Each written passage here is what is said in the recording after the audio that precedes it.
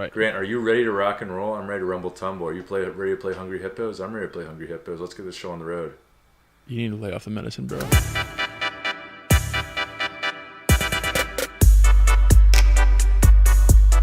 Hello, guys, and welcome to the first episode of the Rise Up podcast that is on our brand new podcast channel. The reason we decided to move the podcast over this channel is because the other two videos we make on our main channel are around 5 to 15 minutes long. They're all sort of like the same time frame, same format, and the podcast is a much longer format. It's an hour long, and we felt like I made the mistake of not doing research and knowing that when you change formats like that on a channel, it can really affect your overall views, because obviously the podcast doesn't get as many views as a tutorial. Yeah. But we didn't know that having the podcast only get 1,500 views would hurt the next video and how much it gets recommended. Very true. Very true. But we're fixing that mistake. Hopefully it'll help us out in the future. And yeah, be sure to subscribe to this channel. Let's try and get this channel over 1,000 subscribers and over 4,000 minutes of watch time, so we can make about 2 cents per podcast. I'm really looking forward to that. Yeah, that'd be dope. I could get over the summer I could get 3 Swedish fish per week. Yeah, so where Grant works, they have this thing called the penny candy store. So if you think about candy that's small, you got Swedish fish, you got sour watermelons, you got Sour Patch Kids. What else do they have there?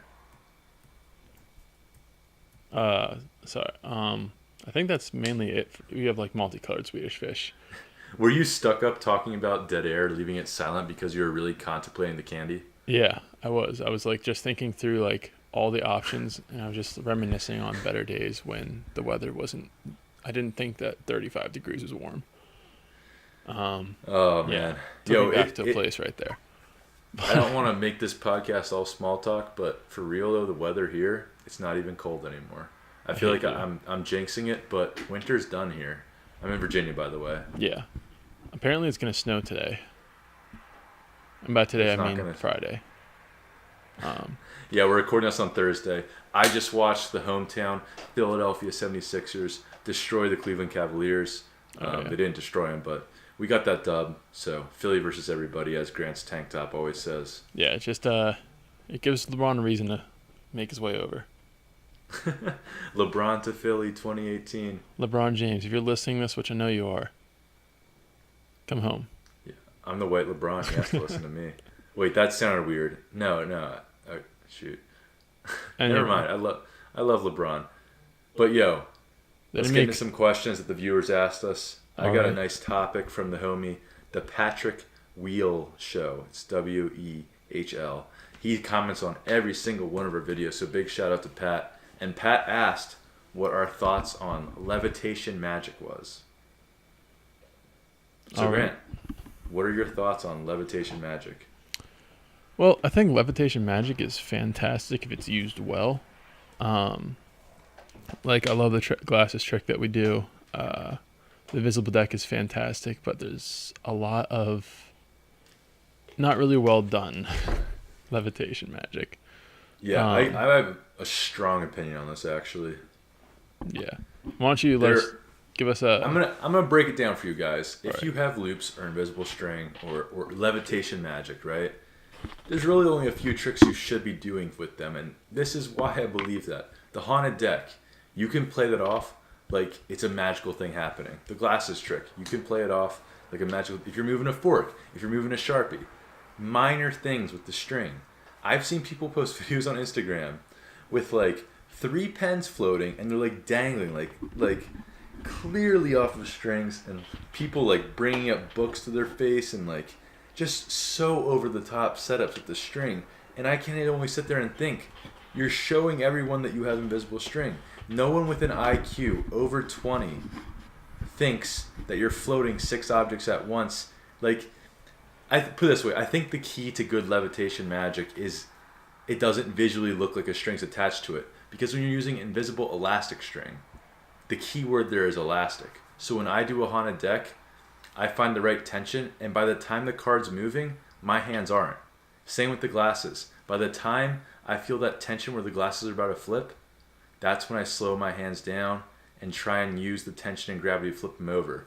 As soon as there's a one-to-one direct moment or movement with the object you're, affecting, it's awful. You're exposing everything for everyone. Yeah. I mean, my personal favorite is the people who, like, have something floating and they put, like, their finger all around it to try to make it seem. But, like, they'll put their finger on... they'll put their finger on, like, one side and, like, do the other side, then move their hand to the other side and, like, put their finger on the other worst. side. And, like... I have a demonstration. I know so the car is hanging from a string. Yeah. And it's hanging from the middle, and they're like, ooh, on the right side, and then ooh on the left side. And they're like, look, there's nothing. I'm putting my finger around it. I'm like, oh my gosh, that's overproving in a nutshell. Like, if you feel like you have to do that, just don't do the trick. Unless, like, if you put your finger all the way around, like, yeah, that's cool. Like, if you find out, or if you, like, move your finger in a certain way where it's not hitting a string, but it looks like it's going all the way around. But, like, don't do one side and then do the other. Like, and you know that trick, the Hummer card? Yeah. Where you throw around your body and like, I think if you're going to do the Hummer card, do it once. I've seen people, Justin Flom's a great magician, but they do it like 19 times around their body, like between their leg, behind the back, and it literally looks like a yo-yo trick. Yeah. And at that point, everyone knows there's a string there. As long as you keep that, put this. Yeah, they don't know where it is, but they know there's a string. There has to be.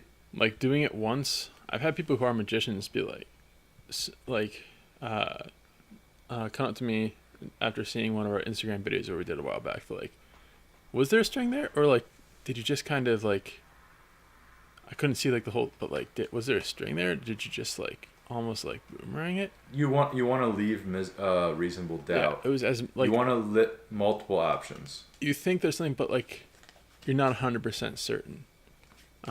Exactly. That's what we're going for. But, yeah. There's just people who will, like, levitate Cheerios into their mouth and stuff like that with, like, holding their hands above their head. And, like, it's like, think about how that would actually be done and make it as close to it as possible. And if that's not possible, just don't do it. Because, like, if I actually had magical powers and I was levitating Cheerios into my mouth to eat them, I wouldn't have my hands over my head or anything like this. And, like... No, exactly. And especially the key to levitation effects, too, is that if it's not shaking, right? It needs to be a smooth movement. Yeah. Right? So if your Cheerio, like, isn't just... If it's, like, shaking and spinning, like stop what you're doing. Reevaluate yourself. Like that Michael Jordan where it says, stop it. Yeah. Get some help. This is, like, with any magic... Always try to think of, like, if you actually had magical powers and you were doing this, how is the most natural way that you'd do it? Like, I'm going to talk about this in a video Monday, but with, like, double lifts or anything like that, you want to make it as close as possible to what the actual motion would look like. And just whenever you're, like, making an effect, whenever you're performing one, just try to pretend to do it as if you're not doing any sleights and just see how you would do it, if that makes sense. Yeah, you know who Leonard Green is, right? Obviously, he's a better magician than I'll ever be, but he does... Not that attitude. That's true. He does this, like, when he performs, everything he does is so sloppy. Like, his shuffles, his sleights, everything is so sloppy. He looks like a drunk uncle who's, like, like, splashing around the cars doing these crazy shuffles, and he's doing such intense sleight of hand. But he looks so out of control at the magic. Is that more impressive? Yeah. Now, for me, I don't want to look like that much of a goof. I want to showcase my skills in shuffling and cardistry and stuff.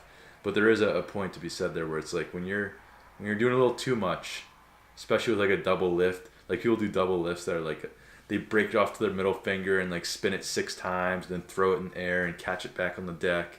And yeah, it's really impressive that you can do it with 2 cards, but no one in the right mind would ever do that with 2 cards or 1 card. Yeah. Very true. Very, very true. And it is crazy that even David Blaine himself, his double lift, I don't want to call it bad, but if I was being a magic snob, I would say it's bad. Well, I mean, you can say that, but what he does is, even when he just flips over 1 card, he flips over 1 card like that. Very true. It's got to So match. it's consistent. So like you Plus, can, he gets shot. yeah, not wrong. He got shot and free. So you know what, David Blaine, I take it back. You got a great double lift. Don't shoot me. Yeah, Jeez, that dude's insane. he really is. Some of his You've stuff talked is just, you've talked to him on the phone, right? yeah, I talked to him once. My old friend Sanj Singh, shout out to him. He used to like work under David Blaine for like or something along those lines. Dude, we could clickbait a video with this concept. Grant Yeah. can name it. The one time I talked to David Blaine. Let's reenact it. All right, I'll be David Blaine. All right. Hello.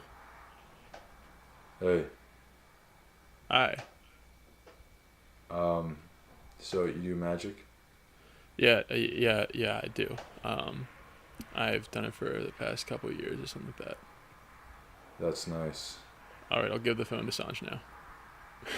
And that was your encounter? That was pretty much it. Yeah, that was pretty back in solid. 11th grade. 11th grade, junior in high school. Oh yeah. What a young buck. So young and full of life, had no idea what I was gonna be doing with my life, and now I'm hawking clickbait thumbnails for views. Hey, yo, back to why we made this separate channel, dude. Like, I hope you guys understand that the podcast viewers in our opinion are like, they're like the homies, right? You're my friend if you're They're listening. my Dario. You're my homie, but like we'll never know how many people are actually listening to the podcast if we keep posting on the normal account, because whenever we post on the normal account, we want it to do so well. We want it to get views, so we always have to come up with some sort of like magic clickbaity name. You know what I mean? Mm-hmm. Whereas on here we can just name it whatever we want, and the people who want to listen to it, the people who like us, will just listen to it if they want to listen to it. We don't have to name it like magic, best trick ever, exposed, dark arts, or Yeah, very true. Or like Facebook magic exposed, or we didn't do that, but like you know what I'm talking about. Yeah. I think YouTube needs to fix that somehow in terms of clickbaiting and title, because if you do not do any form of clickbaiting, your channel will die. Yeah. And the reason why is because, we have 30,000 subscribers but only like 500 of them get notified for our videos. Mm-hmm. So it's like, if you want to get any sort of views in your videos, if you already have subscribers like us, you have to try and get a new audience. And the way we can get a new audience is by having like attractive titles. But if they did a better job of sending out our video to all 30,000 subscribers, we could name the video like more classy, elegant stuff, like, double lift tutorial. It doesn't be like, is this the best double lift? Find out now. Like, it's just, yeah. But at the they're same asking time, for like, it. I think YouTube does to a certain extent, not like discourage that, but like they discourage fake, like clickbaiting, because I know that their like watch time really does hold a effect with like recommended and stuff like that. So like if someone clicks on your video and only watches it for 30 seconds, like you don't like that really doesn't do much for you. But if someone clicks your video and watches it for a while, like YouTube will not promote that, but like view that as favorable. Not that I want to make this like a YouTube talk show or it's anything, not talk but about there it is for like 5 minutes. Well, I know. There was something I was thinking about too though today, where every single channel on YouTube that gets somewhat popular, no matter what the topic of the channel is, they will become a meta commentary on YouTube. Because you produce, direct, you do everything for yourself on YouTube. What I mean is that, like, if you just go to some person who makes videos on cake, on how to bake cake, eventually there will be a video on their channel called, "What video do I use?" I mean, what camera do I use? Or my thoughts on the new monetization program. Yeah. Like, you know what I mean? Because it's the platform they're on. But as soon as that's what PewDiePie basically is now. Is he just talks about YouTube stuff? Yeah. Because it's such a, I don't know, it makes you do so many different things, which is why it's such a valuable thing. To, like, even if you never get big, even if you never, like, make it into a career, I'd recommend people like just try out doing YouTube for a bit, because you have to do so many things. Like you're a director, you're an actor, you're an editor, you're a marketer, You do so many different things. Like you make thumbnails, like you do graphic arts with that type of thing. You do copywriting with your descriptions and all that type of stuff. There's so many different like skills that you can learn from just running a YouTube channel by yourself. Exactly. In fact, to continue this meta commentary on YouTube, Casey Neistat actually posted a really good video today. That was, did you watch it? What was it called? I feel like I may have.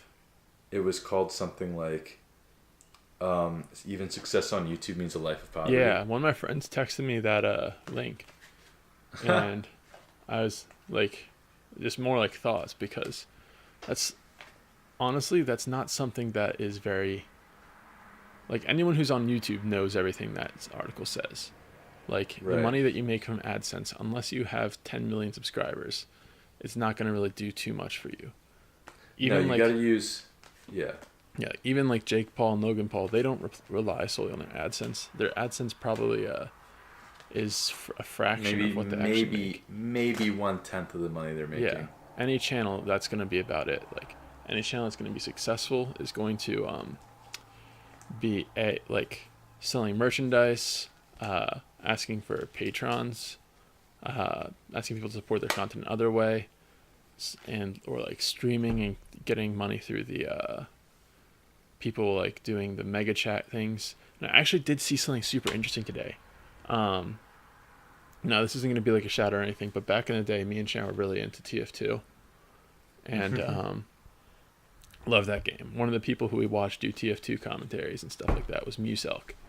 Still subscribed to him. Don't really watch many of his videos, but I saw he posted a video on Fortnite, and I'd played that a couple times with my friends from college. They talked me into it, so I clicked on it. And what I saw, since I was already subscribed to him, to the left of the subscribe button, it said like support. What did it say? It say support or something like that. It was something along those lines. And basically, YouTube is building in Patreon to YouTube, their own service. Wow. So for $5 a month, you can, like, I clicked on it to see what it was. For $5 a month, I could have like a special icon next to my name in his comment section. Like get a couple other like solely not Patreon, but like supporter only like videos and stuff like that. Yeah. Solely supporting that channel for $5. I was like, that changed the game, because building it directly into YouTube. I always view it as there's so many different ways you can make money on YouTube that someone giving you their attention and their view is enough, because that's another eye on other products you're selling. Yeah. But I guess if you're like a Twitch streamer or something like that, there's not much else you can do besides do what you're doing. Yeah, and I think I don't agree with 100% like doing like a couple like subscriber or like whatever only videos. I'm not sure if that's the way to go about it, but like I think it's never a bad thing to just give people a way to support you, because like ever since I've been doing like art and stuff for a while, I've always tried to like support other artists and stuff whose stuff I enjoy. So like if I've been playing a game on my phone for the past while, like if I've been playing it for like the past 6 months and I've never paid anything because it's a free main game or something like that, sometimes I'll just put $10 in, mainly for the sake of like, this is time that I've enjoyed and that I've enjoyed spending, and I feel like if I want it to continue, it's my like I should put some. We talked about this in the Appreciation Squad podcast, where I'm bad at this. Yeah, and so that's something that I made a concerted effort for. Like I bought this Eden hat, not mainly because I like hats, but like just because like we've used his stuff in a lot of videos. I've listened to his music for hours on end. I love his music. Throwing $20 towards my dude, I think, is something that's like I would like to do, just because support like what he's doing and support, and like the $20 that I'm giving towards him is far less valuable to me than what I have gained by what he's doing, if that makes sense. Right. No, exactly. And so that's how I view things. Like friends of mine who are artists, if I like their work, if I have the extra money, sometimes I would like get like a painting done by them and stuff like that. I've only done that like once or twice because I don't have too many like legitimate artist friends, but yeah. Anyway. No, for sure. Let's move on from this topic. Yeah, stop the meta commentary on YouTube. Yeah, people hear We're that. We're becoming what we said we never. You were meant to destroy the Sith, not to join them. You either die the hero or live long enough to see yourself become the villain. Jinx, personal Jinx, 1, 2, 3, 4, 5, 6, 7, 8, Coke. Okay, I'll give you a Coke and you'll die drinking it. That hurt. Yo, dude, meat smoothies. True, meat smoothies. Yo, quick. Okay, guys, let me break it down. See, this is what I'm talking about. Where people who listen to the podcast, anyone who's still listening to this, you're my homie, because we're very off-brand right now. But let me just give you a behind the scenes of my life right now. Because I got the flu, without going TMI, my stomach is a wreck, dude. I can't digest anything. I'm struggling. But man, I found the cure. It's in meat smoothies, right? Yeah. Now everyone is grossed out originally, but Grant agrees with me on this. We talked about before. You want to treat your body like a car going to fuel up for food, right? Food is fuel. So you just pull up to the gas station and slurp up that energy, those carbs, that protein as fast as you can. It's efficient, easy to digest. So what I do is I take meat, whether it be chicken, turkey, or beef, drop it in a blender, add some coconut oil, has a good antibacterial, medicine for my stomach, and just grind it up and drink it with a spoon. Yeah. It's basically like a Wendy's Frosty, but nutritious. Yeah, I just today I did an Instagram story on my personal Instagram. It's not really something I keep quiet. It's at ChandlerMan31 if you want to follow me. Yeah. Sunrise Magic people follow me there. But I did this story on how to make a meat smoothie, and I'm getting so much hate, like 20 DM replies, like you're disgusting. Why? And I just want to reply to them with a shirtless picture of myself and say you're disgusting. But that would be really rude. And I'm not going to do that. Oh man, that would be savage mode. It really would be. I never do stuff like that, guys. I'm joking. Is the type of stuff that like you think about, like this would be like part of you wants to do that, but you never would. Yeah. I don't understand the hate though, because like it's exactly the same thing. You're not changing it. It's just basically pre-chewing it without the saliva of some other person. I almost made a tweet. I'll never do it, but podcast people are my homies. Where I was gonna say like, man, there are people who are hating on my meat smoothie who I know go out every Friday night and have 16 tequila shots and 4 bottles of Hennessy, and they're judging what I put into my body. Ooh. Dang, facts. Yeah, like, I don't know. Maybe this is like something that's unique to maybe just me, maybe you as well. But for the longest time, I've just kind of viewed eating as a waste of time. Not so much so like I'm not going to eat because I know I need to, but like having to sit down, take like a half an hour to cook something up that's good, and like eat for like 20 minutes. Like that's 50 minutes that's gone just because my body is soft enough to need fuel. No, I know exactly what you're saying because for me, I do a lot of my own cooking. Mm-hmm. So if I'm gonna go have dinner, it's an hour-long activity. Yeah. So I gotta try and find a way to be as efficient as I can in that time, because I complained about it. Let me complain for a second. I complained about it in actually one of the YouTube videos, the one about how to deal with hecklers. I am currently taking 18 credit hours, which is the maximum allowed at school.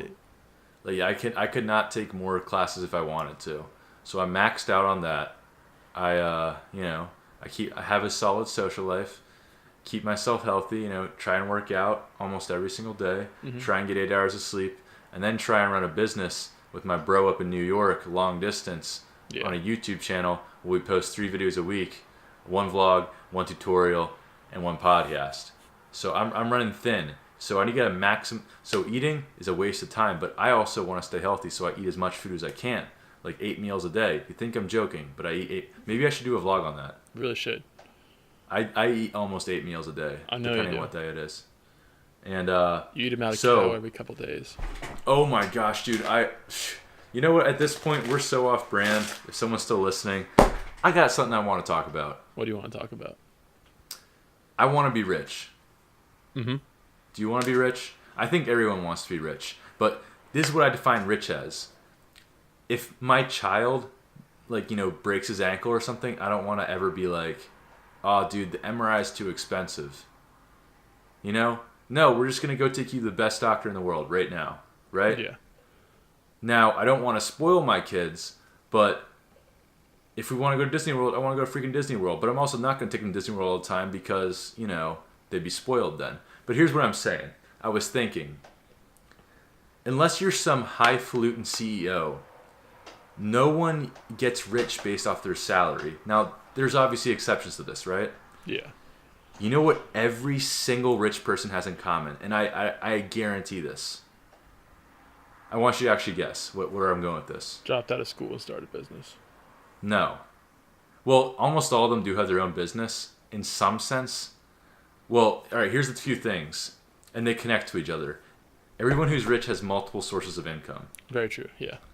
But that's not my main point. You know what one of those sources of income is? Stocks, investments in the stock market. Very true. So what I want to do, I'm not in school for the stock market. Because almost all these rich people I'm talking about, they're not in school for the stock market. They got wealthy, and then they got rich by hiring a financial advisor to invest all their money in stocks and grow it like crazy. Yeah. And that's when you're rich, when you can just sit at home for a month and make $20,000 in stock growth. Yeah. Now, what I'm thinking is, so this time I waste while eating, right? Or cooking. I like to listen to podcasts. But you know what I listen to? I waste my time. I listen to sports podcasts. And as much as I love sports, dude, I could listen to sports stuff all day long. I love sports. I love everything about it. I love the entertainment factor. I love the drama. I love all of it. What if, instead of that, I found like some investing podcast and just for a year of my life just engrossed myself in investing knowledge? Like, I want to become so educated. I kind of decided this the other day. I want to become so educated on stocks and investing where, like, on my own, I could take, like, $1,000 extra I have and try and make a project that by the end of the year I want to turn into $5,000. Yeah. But I have no idea where to start or what to do. I mean, there are a bunch of, like, I know one of the things that people do is just, like, basically give it to a financial firm. Because, like, at the end of the day, like, they know what they're doing. They'll take a little bit of what you make off of it. But, like, there are things called, like, low return. How do you find the right one? I have no idea. I mean, isn't Vanguard one? Oh, yeah, that's where our uncle works. Yeah. And shout out Yo, that just reminded me. One time we had a giveaway, guys. One time we had a giveaway. This was before we had a YouTube channel. Yeah. I'm not even joking, because we had like 20,000 followers on Instagram. We were giving away like 10 decks of cards. Mm-hmm. We were wilding back then with the giveaways. Oh, yeah.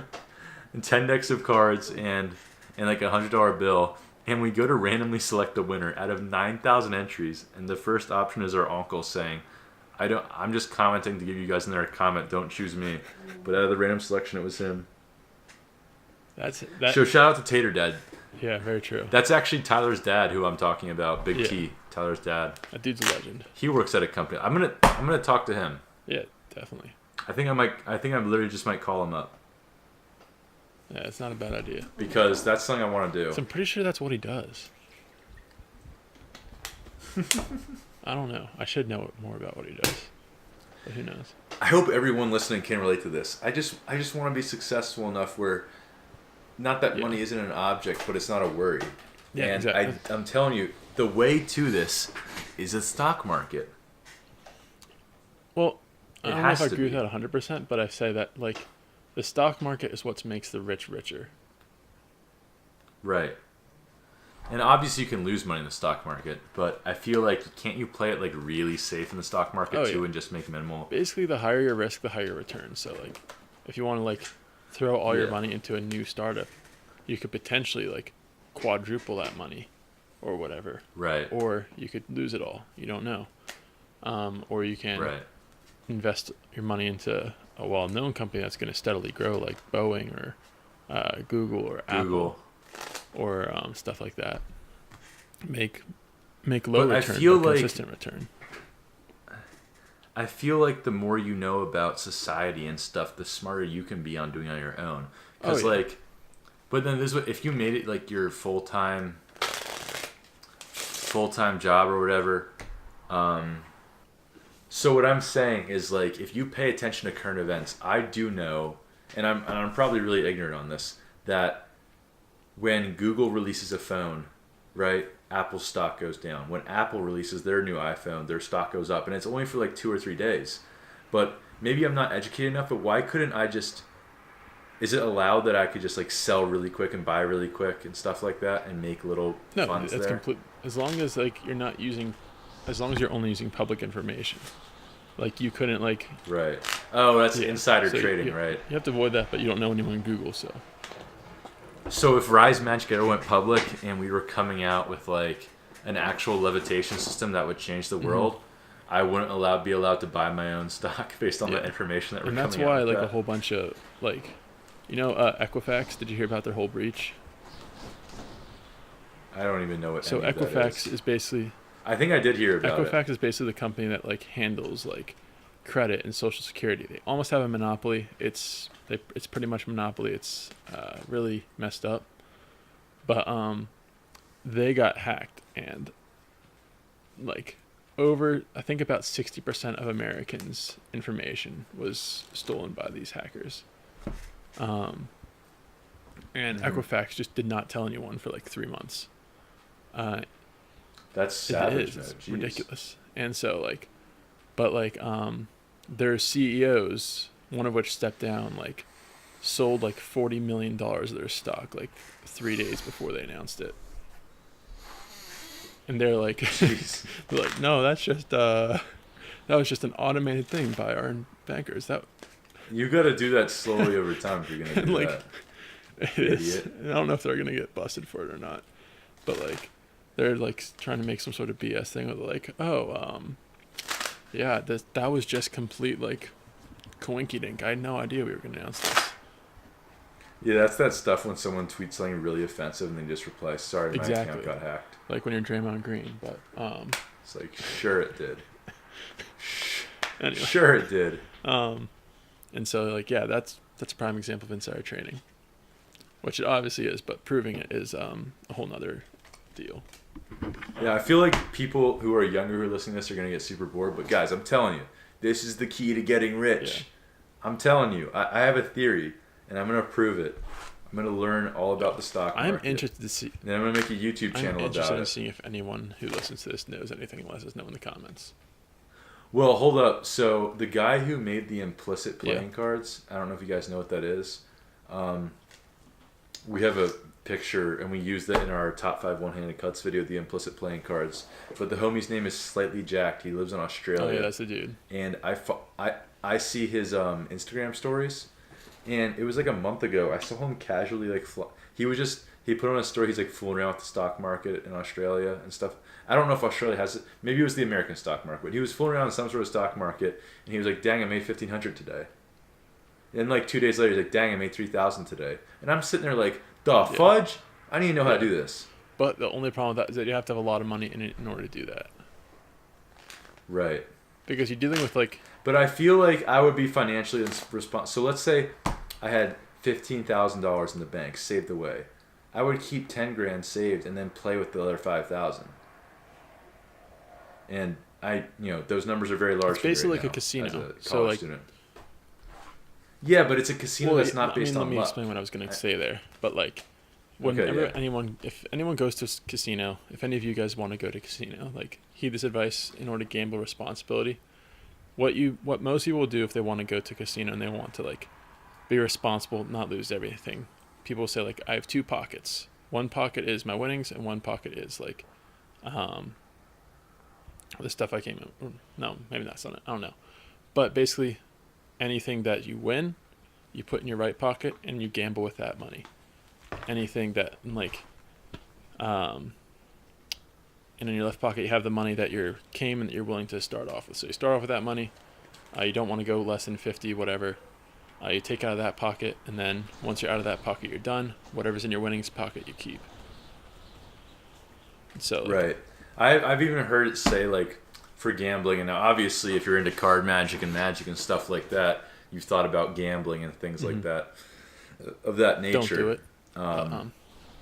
Yeah. Well, no, I wouldn't say don't gamble. I mean, here's my philosophy on gambling. If I go to a nice concert for entertainment for the night, right? Sometimes that ticket's gonna be $100, and it's gonna be $80. So before I went to the casino, I would decide, my ticket to go into this casino theoretically cost $80.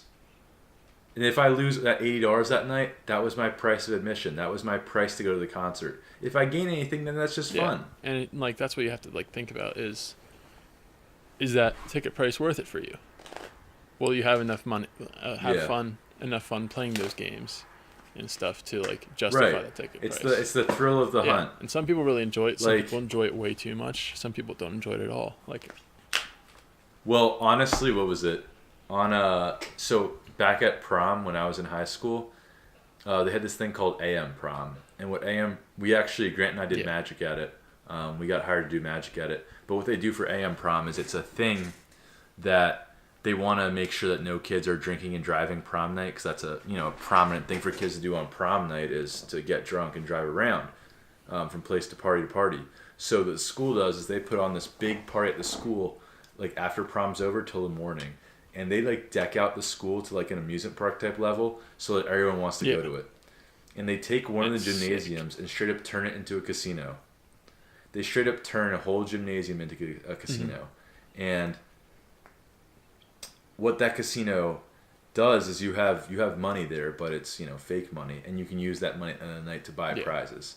But I remember both. Actually, I went to prom 4 times at my school. I went to 9 proms, but I went to 4 at my school. I'm tall. I'm a hot commodity for tall girls who want to date. Not wrong. I went to a lot of proms, but when I went to the proms at my school, I went to all those AM proms. I sat all 4 times when I stayed up all night to go to those AM proms. I sat in the casino and played blackjack and poker the entire night. Like, time just burned through. And that's when I kind of learned, like, I shouldn't do this for real. But also what makes me think I should do it for real is I won so much. I feel like blackjack's such a stupid easy game. Like, I get all the card counting stuff. By the way, if you haven't seen 21, great movie about card counting. You seen the movie, Grant? Great flick. So, what I'm saying is, I don't get why blackjack's hard, so to speak. I get how some nights you can win big and some nights that you can win nothing, but I don't get why there are people who can be better at it. It's common sense. It's odds. Yeah. Do you know what I'm saying? I just, because when you played at AM prom, was the house playing? So, like, did the dealer have their own hand? Okay. Yes. Because I know that's, like, a thing. And, well, yeah. Well, basically what I'm saying, though, is that it's just, if, I guess me and you, I don't want to say we know a lot about, like, cards in terms of gambling, but just, you understand the odds. So, you understand when to fold, and you understand when to go. Not fold, but you gotta, know what I mean? When to get hit, and when you gotta when to know stop. when to hold them, know when to fold them, and when know when to walk away. Know when to run. Know when to fight your way out. But no, I'm basically just saying, like, as long as you play... what I'm saying is all 4 times I played that blackjack the entire night, I just played super conservatively. Yeah. And then, what was it? I remember the last prom I ever went to, I came in, you get like $500 to start or whatever it is, and you play it like real money, but obviously it's not. And by the end of the night, I had like $5,000. Yeah. Right? And then I just went all, like, because, like, who cares? It's fake money. So in the last hand of the night, I put everything in and I doubled it. Did they have any, like, prizes you could pick buy? So they had, like, basically you buy raffle tickets. So, like, there was, like, an iPad you could win, and your money, you could get all your tickets and put them in one thing. So I took my $10,000, so to speak, and, bought, like, so to speak, like 200 raffle tickets for like a laptop. I can't remember what it was. It was a laptop or TV or something. And I just poured them all in the bucket so that, like, there's a 50-50 shot I was winning the iPad. Like, 1,000 people entered, but like 500 of those names are mine. And the annoying thing is you had to write your name on each ticket. Oh, dang. So I remember, like, spending the last 30 minutes of AM prom writing a CPH on, like, 500 tickets and just pouring them all in an iPad bucket, and I didn't get it. When they were, like, calling them out, I was ready to just walk up to the stage. I was like, I did this. That's wild.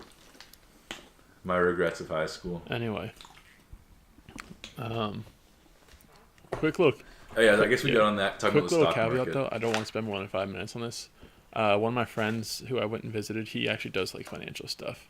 Um, I was talking to him about Bitcoin and stuff like that, and how it was weird that like people were trading a currency as if it was a stock market. He's like, well, people do that with. Yeah, it makes no He's like, sense well, to people me. do that with actual currencies. I was like, wait, what the heck are you talking about? And apparently, like highfalutin people who are like all up in the banking industry, it's called like I forget, it's like called like hedging or something like that, or something. I forget what he said it was. I must sound so ignorant right now, but Yeah, if there's anyone who actually knows what they're talking about, like these yeah, dudes are yeah. idiots. These are But morons.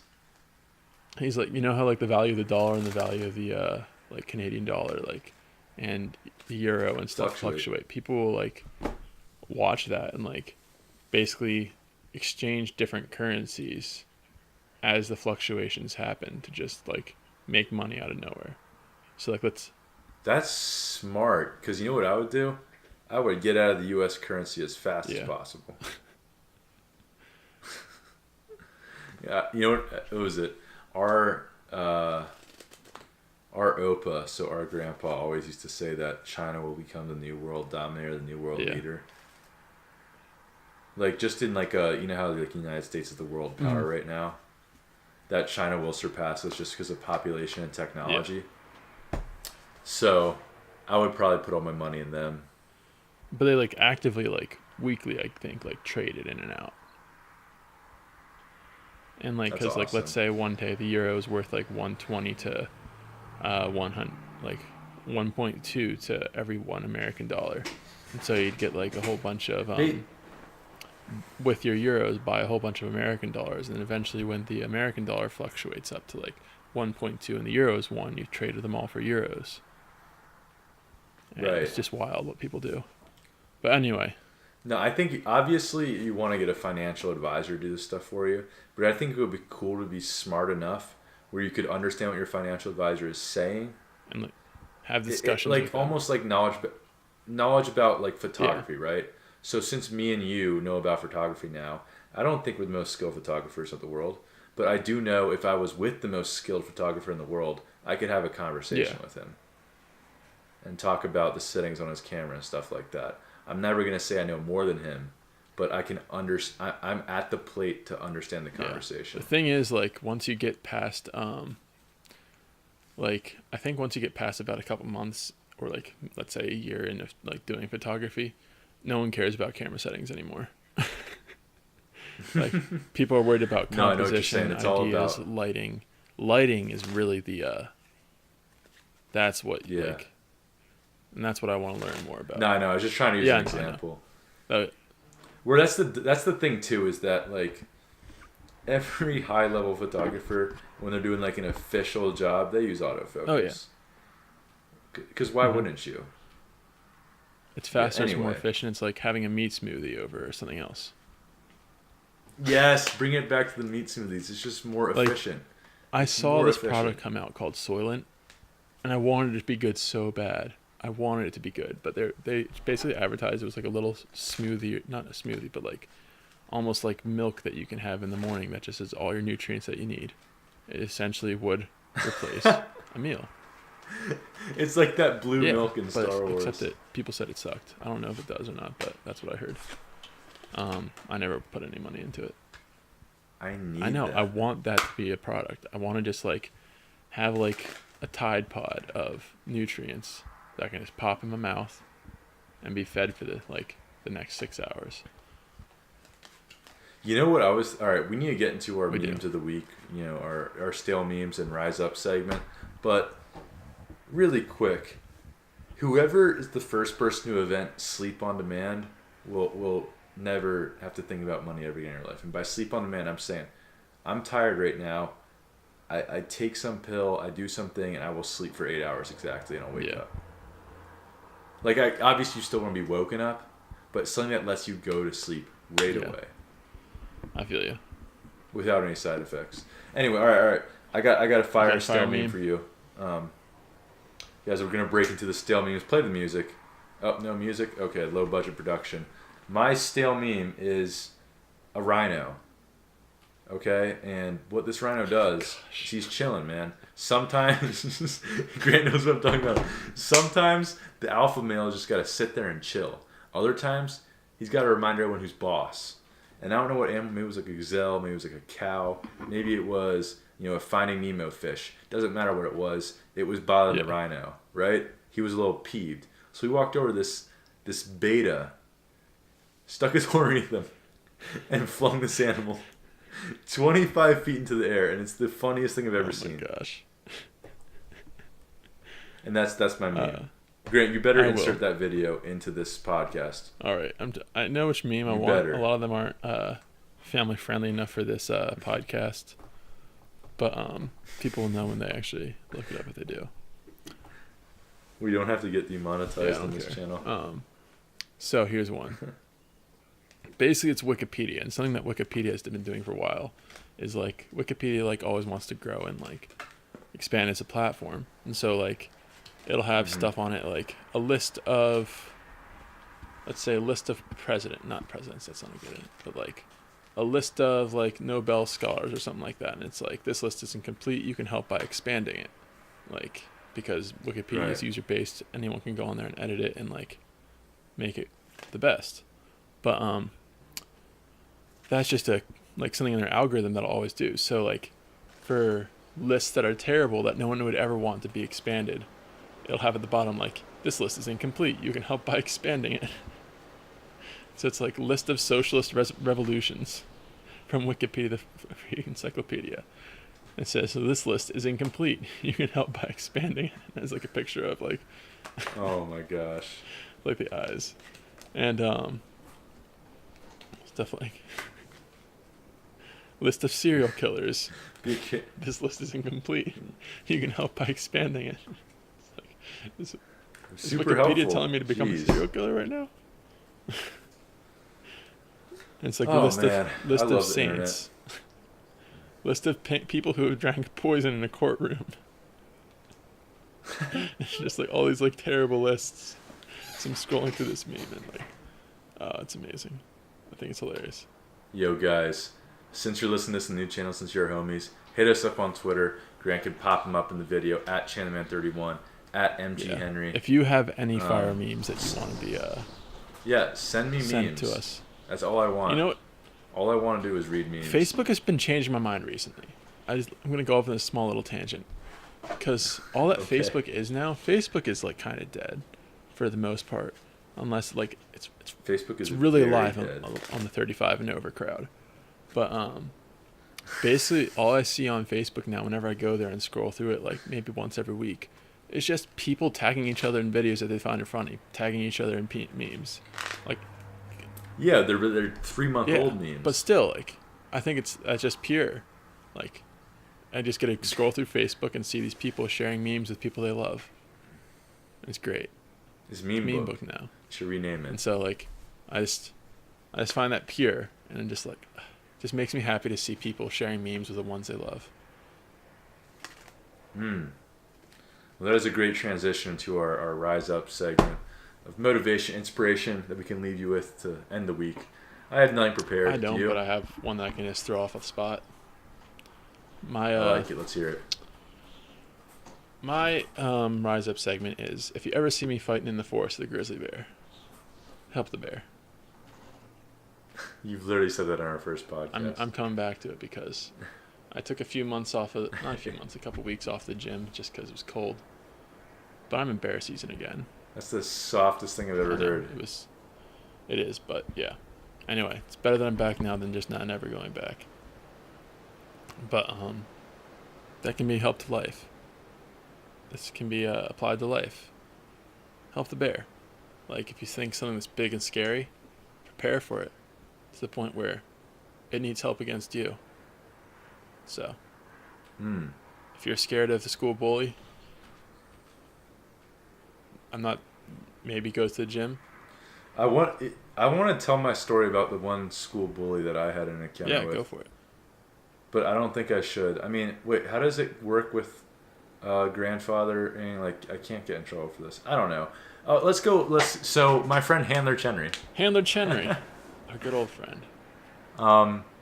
When I was a freshman in high school, I was like 6'5", really lanky, really Mm-hmm. small kid, and I went to a new high school that year. I guess this has been inspirational, but I think this is almost bad advice, but I'm just telling the story because sometimes you gotta stick up for yourself. Okay, there was this kid who had he hated me, right? From the second I walked into school, I was a new kid just trying to make friends. This dude hated me. Every single day, whenever I walked by him in the hallway or we saw him, he would lurch at me and try and like scare me and make me jump. And then, like a normal human being has reactions, right? So I would jump back because this random dude is like lurching at me like he's gonna punch me. So I like jump back. And then he would just viciously make fun of me for being scared when I'm as big as I am, right? Yeah. This type thing just went on for 3 months. He just constantly harassed me, made fun of me for being tall, made fun of me for being skinny, all that stuff, right? Just constant harassment.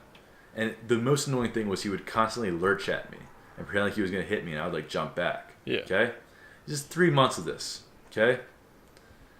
The school hallways in my school were very, very long. Mm-hmm. Grant's been there, I would say, about 120 yards.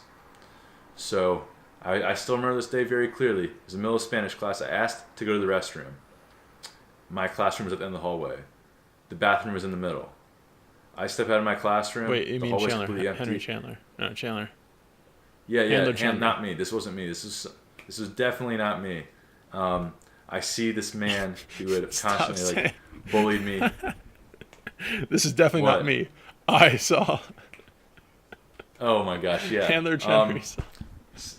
Handler Henry saw like a Western showdown out of a movie, 120 yards around the hallway. This guy who kept bullying him, right, and jumping at him, and his heart kind of sank. Like, dang, I got to deal with this now. I got to walk at him for 60 yards.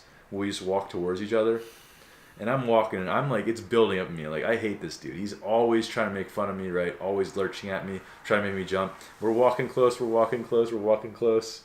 And as soon as we meet, we're staring at each other. He jumps at me, and I don't know what came over me. You mean, wait. What came over? Oh, not me. Handler Chenry gave him a strong right hook directly to the jaw and lip and nose, everything. Dude hit the locker on the side of the wall and hit the floor. Looked up at him, not me. He didn't look up at me. He looked up at him, Handler Chenry, and he had a split open lip and blood coming out of his nose, and kind of like touched his face and then looked up at me and looked down the blood on his hand, got up, walked into the bathroom. Handler Chenry never conversed with him ever again. This is different than the story I remember. Wait, really? The story that I heard is that this dude just like grabbed him. I've told you this story like, before. What I heard is that Handler Chenry Oh, no, just I know grabbed who you're him by thinking the of. shoulders and just shoved him into the locker. No. You're thinking of something else. Okay. I'll tell you after the podcast. I'd like, now that you say it, I'm like remembering you say this before. Say this about that guy before. No, that was man, I gotta tell that story next podcast. Yeah. All right. All right, so I guess that's my Rise Up segment. Now, a quick caveat. But Handler Chenry was so scared that he was going to get expelled from school and that guy was going to tell on him, and it never happened. Good. So he got away scot-free, but he shouldn't have, because violence is never the answer. But I will say that, like, standing up for yourself, it doesn't have to be like Handler Chenry did. It really doesn't. No. It probably shouldn't be like Handler Chenry did. I'm just going to put that out there. Do not advocate what Handler Chenry did. He is not a representation of the Rise Magic podcast. But I will say, like, standing up for yourself in other ways, whether it's like learning how to debate better if someone's like trying to intellectually bully you, or like I know that sounds soft, but like, no, I or got if you. like I got just you kind saying. of like watching stand-up comedians who are just like dumb good at roasting people and just like picking up for that, and someone tries to make fun of you and just hit them back with the like your mom. That one's killer. That'll get him every time. Yeah. Something like well, it doesn't have to be violent, but like standing up for yourself and like just gaining confidence in yourself, because eventually like confidence in yourself is going to be what's best at the end of the day. That's going to, like, because then it just, him making fun of, if you had more confidence back then, which I know you were already a confident individual, but like being more confident in yourself, him making fun of you for being tall and skinny and for, it wouldn't bother you as much. Now, incessantly, that's a different situation, but like, it won't bother you like as much. Wow, my throat just. Right, you're confident who you are. Yeah, and so like, someone made fun of me the other day on the Rise story because like, for my eyes are very independent of each other.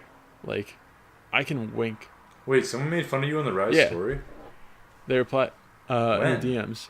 It wasn't like really making fun of me. He just like, he said like, "Yo, one of your eyes just did a seizure there for like 30 seconds," and I was like, "Yeah, it did." Well, that's not making fun of you. I didn't see it though. Yeah. I mean, I'm just trying to use this as an example. It's not that deep, but like a while ago, that probably would have bothered me a lot more than it is right now. But now it's like, yeah, it did.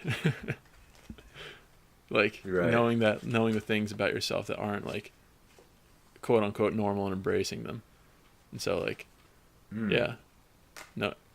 And what I've always said to people like, "You're tall," and I'll say, "No, I'm normal. I'm my own standard of normal." And people think that's like just like a funny thing, but like, in a sense, like I do kind of believe it. Like there is no such thing as normal, so I'm gonna view myself as normal, and operate from that world. That is true. That is true. So. All right, guys. There you have it this week. Don't punch your bullies in the face. That could get you in lots of trouble. And help the bear. Very true. And learn how to be a stockbroker so you can be my financial advisor. Now hiring. All right, play the outro music and we'll see you guys next week. Right back on this channel. Peace, guys. Look forward to talking to you. Deuces.